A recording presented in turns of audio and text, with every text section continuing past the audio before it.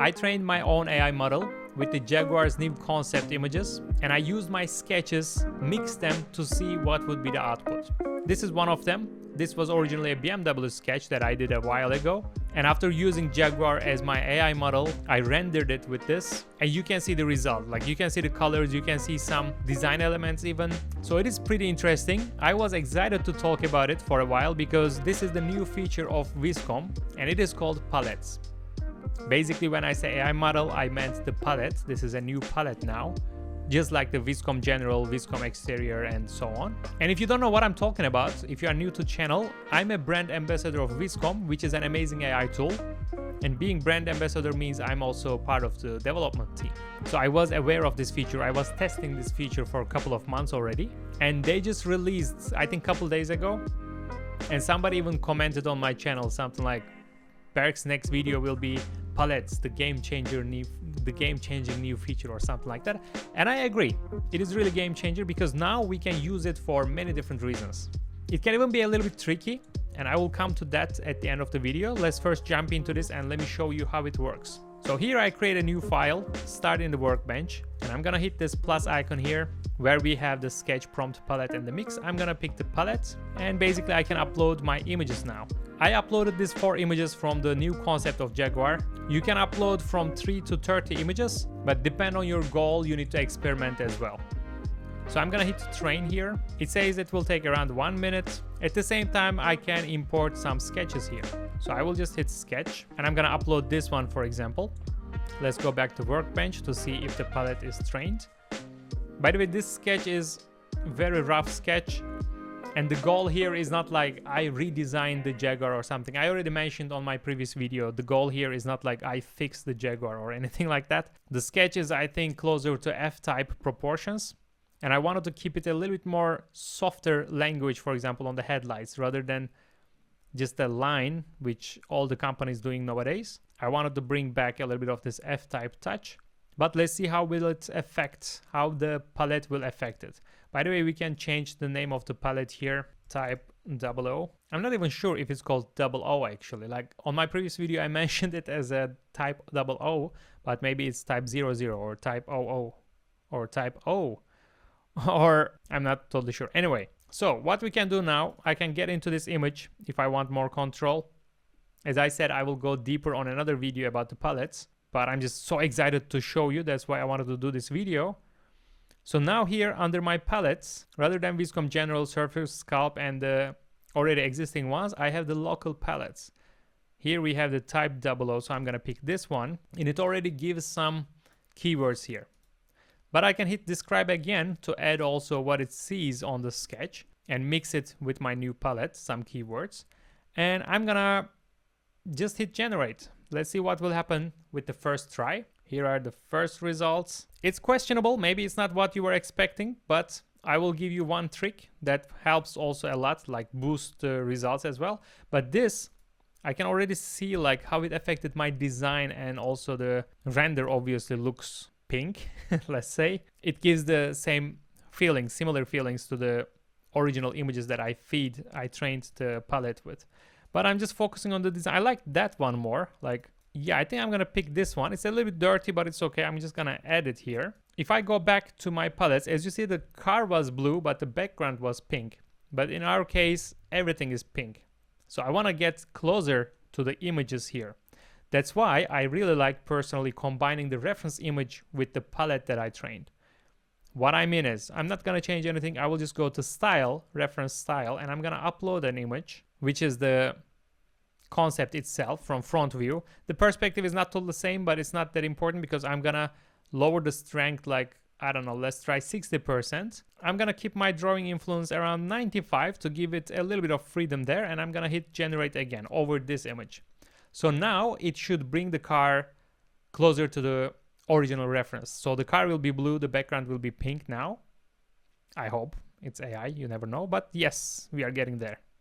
So as you see, now the feeling of the overall image is definitely getting closer to the official images from Jaguar. But some parts still we have pink car and like pink bumper elements. It can also add to some creativity, but let's say I'm gonna keep this one. We can also maybe change our prompt. I didn't even read it. It can be maybe the blue car. I can write here, edit here, and it might also support the design further, but I'm gonna add this one, and here we go. So if I compare it with my sketch, this was the sketch, this is the result. So it follows my lines, it follows my design, but brings some elements and the colors and the feeling from the palette that I trained. So I guess you are already excited. I hope you are already excited, because can you imagine the use cases for this? It might be also used in a bad way. I know you might be thinking about this, so I'm gonna talk about it very soon.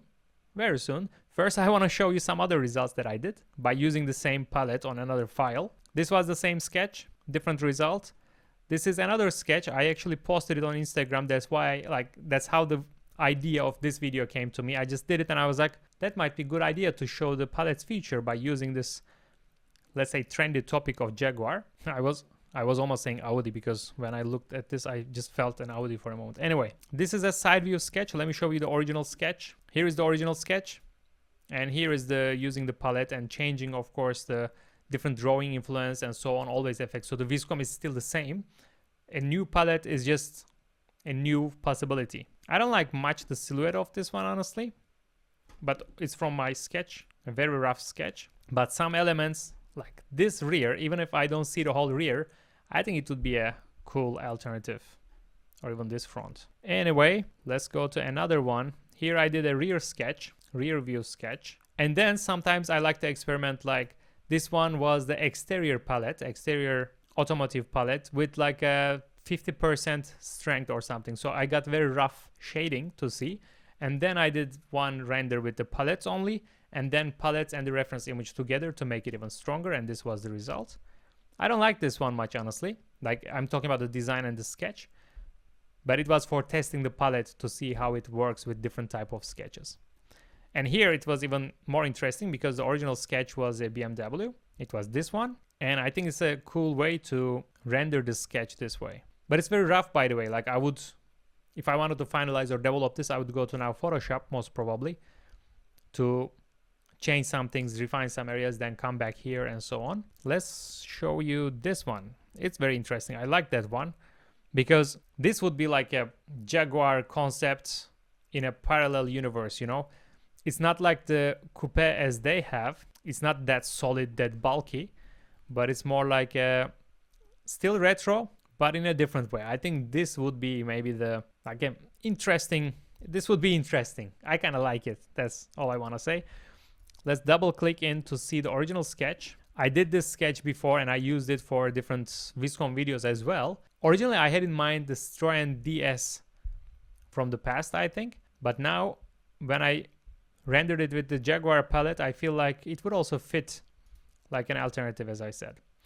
What I did also, after I rendered it from the side view, I just generated a 3D model out of it.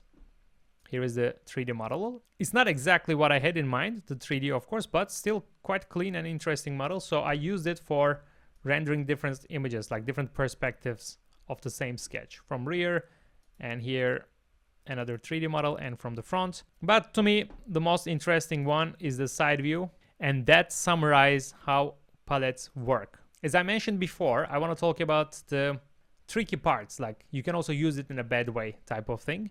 But also you can go to viscom.ai to see that. You can watch the demo to see the use cases. And if you scroll on the website, own your style. Here we have the custom palettes. So if you click on the learn more, you can read what is palettes, how does it work, types of palettes. So let's slow down here a little bit. The visual style. Basically, this is one use case for the palettes. Here you see the colors, all of them are on the white background. It's more the visual style. That's actually what we used for, I think, the Jaguar palette. It's more the visual style I got from that palette. The second would be personal style. So you can upload your own works. And that's the real, actually, the goal of the palettes, in my opinion. You can upload your own works from past or your current design style. So I also did this kind of experiments, and I'm going to talk about them in another video. But let's say you have a specific style or a direction and you did a rough sketch and you don't want to spend a couple of hours to put your own style. So you can just use Viscom new palette feature to put your own style into the sketch, into your own sketch. So it's just I think it's like a magic, no? I think it's just amazing. That's why I was so excited and I was waiting for making a video about it. But personal style is one of the key features. The other one is the design language. This is also very cool. For example, you are making a project for a specific brand. You maybe already work in a company that you want to use the history of this company, the heritage or the existing product to make the next version of it. It can be also very helpful on that. Like imagine if you were doing the Jaguar Concept Type 01, the next concept, I guess. I would definitely train the model with this concept plus maybe some existing Jaguar cars to see like what would the palette give me, like a mixture of these two as a design language to support my project. So these are all important, nice, exciting scenarios that you can use palettes for. By the way, as I see the Scott Robertson video is coming soon, I'm looking for that. He's a legend and he's also experimented a lot with the palettes. So here I'm so glad they did it. I actually saw this morning. Guidelines for ethical use.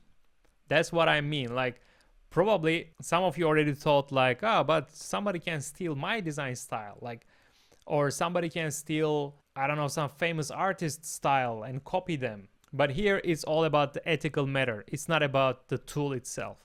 Because if you really want, you can also steal today without any AI tools, without Viscom. You can also go to Photoshop and steal somebody's style, right? And we've seen this a lot. Unfortunately, this kind of people exist. They try to steal others' works. And it's sometimes good for learning, but if you claim that it's your own style, or it's your own design, which is even more terrible in my opinion, like stealing a design and acting like it's yours. So these are ethical problems. These are not related to the tools. And here I think you can see the summary of that as well. Like use your own work, honor attribution, preserve authenticity. So take a look at this guidelines of ethical use as well. Of course, you can experiment for yourself to see how it works. If you are, for example, a student who is not sure yet with the style, you can maybe experiment with other people's work, but it's better to ask them if you can use their work for experimenting reasons, and don't publish it like it's your own original artwork or your original design. So that's it. This is the newest feature of Viscom. I'm so glad it's out now. I'm still experimenting, still getting excited. So we will see it more in the future videos. Thanks a lot for watching and see you in the next one.